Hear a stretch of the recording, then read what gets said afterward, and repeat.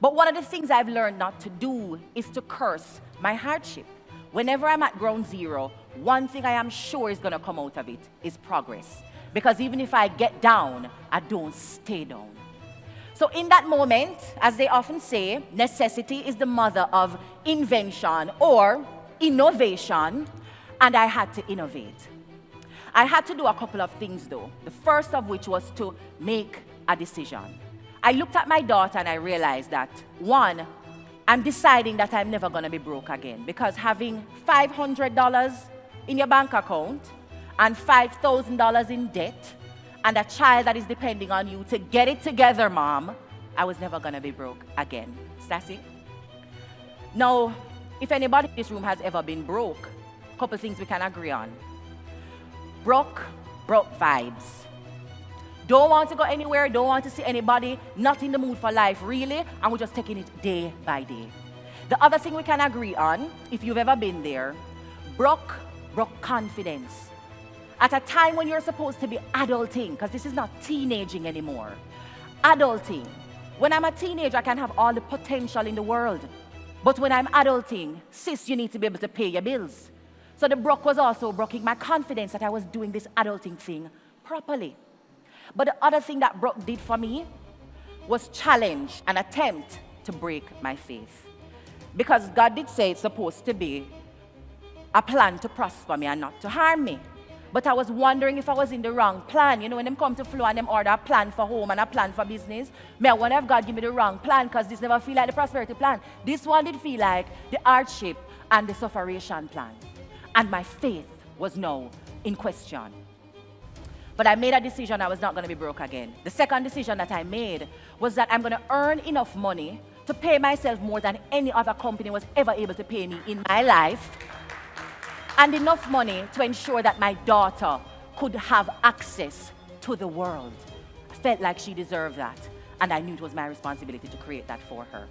And the third thing I decided was that whatever I built, I could pass it on as an inheritance. Now, what that meant was I was also deciding not to take up a 9-to-5, because I can't pass on a 9-to-5 to my daughter. I can't say to the HR manager, excuse me, miss, could I get this in a safe deposit box and you hold on for it to 18 years, and when my daughter is big enough, you just give her the same job with the same salary plus inflation and the same benefits and the pension plan. Can't inherit any job that I was going to get from a company. So if I was deciding to pass something on to her, I had to create it. So essentially, in that moment of decision making, I was deciding to create. I was deciding to choose entrepreneurship, and I was deciding to choose innovation. Now, in order to do that, I needed a little direction. We're in the middle of COVID, can't really find a lot of people to talk to engage with, and to talk business, because everybody's essentially closing shop or stepping out of social spaces for safety concerns. So in order to get the direction, I had to lean into digital. And that's why I'm on this stage today. Because the ability to move from $500, from broke and from unemployed, from having to move back in with my mother at the age of 30, listen, if there's anybody who's ever had to do that, you know it's a humbling experience. From there, to being able to pay myself 200 times what I have ever been paid by anybody else, all on my own effort. That told me that 200% increase. There's a joke about Parliament in there, but I'm not going to make it. But I was able to increase my own income coming out of the direction that I got from digital tools. So I went on my Instagram, 200,000 plus followers at the time, and I clicked that analytics section. I was able to define for myself the info for my audience that I was serving, the demographics that would help me to create a product that would serve them. I found out who my audience was, primarily women. The age of my audience, 24 to 44. The main locations that they were in, the USA, Canada, the UK, Jamaica, which told me they were also English speakers primarily. I started to look at their responses to some of my content that I was posting online, and the things that they were asking me to do more of, the questions they were asking me to answer in the DM and when I put up the stickers on IG. And through digital tools, I was able to identify the audience demographic and identify the service that I could provide for them that would bring value and solve a problem that they would pay for. So through digital, I recognized that speaking, which was my side hustle, was the thing that people wanted more of from me. But not only did they want to hear me speak, they wanted me to teach them how to speak well as well.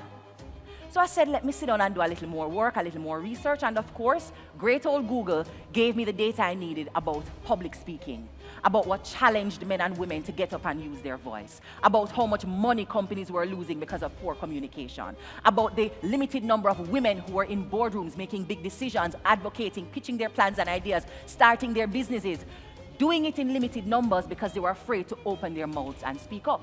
Because in the living rooms at their home, as children, they were told to be quiet. And so in the boardrooms at work, that same mentality was still present. So from childhood to adulthood, they were afraid to speak up. So digital allowed me to figure out who I was serving, what they wanted, where they were, what language they spoke, and of course, what was the best currency to set up my platform in so I could receive money. Unfortunately, the best currency was not the JMD. So I was also able to move my earning from JMD currency to USD currency. Praise God for that. Praise God for that. So now I talk to people in US dollars when we talk about business, right? But from that moment on, I was able to dig deeper using digital tools. So I was doing the crowdsourcing to find out the ideas and the tools. And then when I settled on the idea, the next thing I did was to build the platform. After doing a little research, I found platforms that I could use because remember, it's COVID. So where am I going to be executing these public speaking training programs? Had to be online. Who was going to pay for it? Because everybody was talking about job losses and restrictions and limited profit and not even being employed at all. But I did my research, found out who I would be serving, created my marketing collateral, and then I used Teachable to build my online course.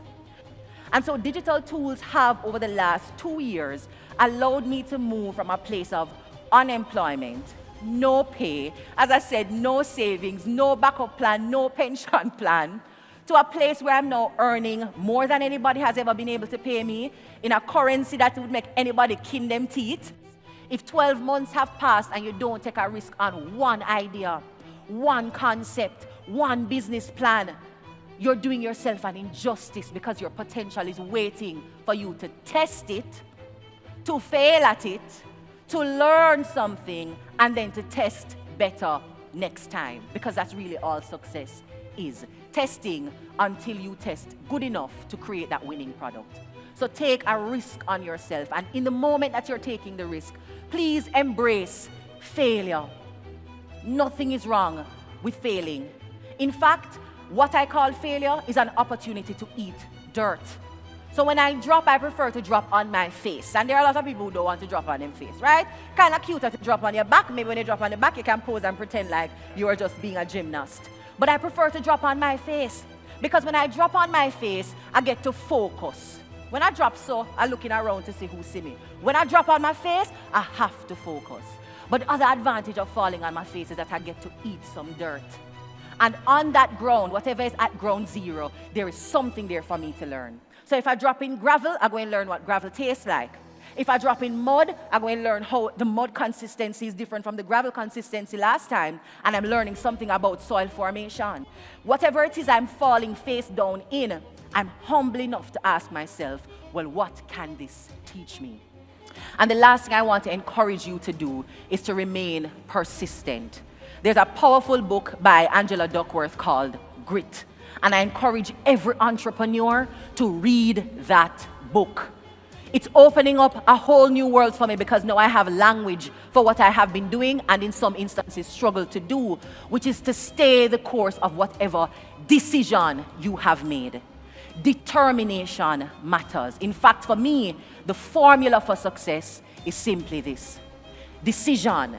Knowing what you want and cutting off all other options so you are not distracted and your time, money is not spent pursuing several things instead of the most essential thing. And I'm also not going to give up on this talent and this skill and this journey and this decision I have made to commit myself fully to this task. So I encourage you to hold that in constant, spiritually, mentally, emotionally, and allow the momentum that will build from the consistent steps in a key and critical direction to turn over the profit and unlock the potential that exists for you and your business.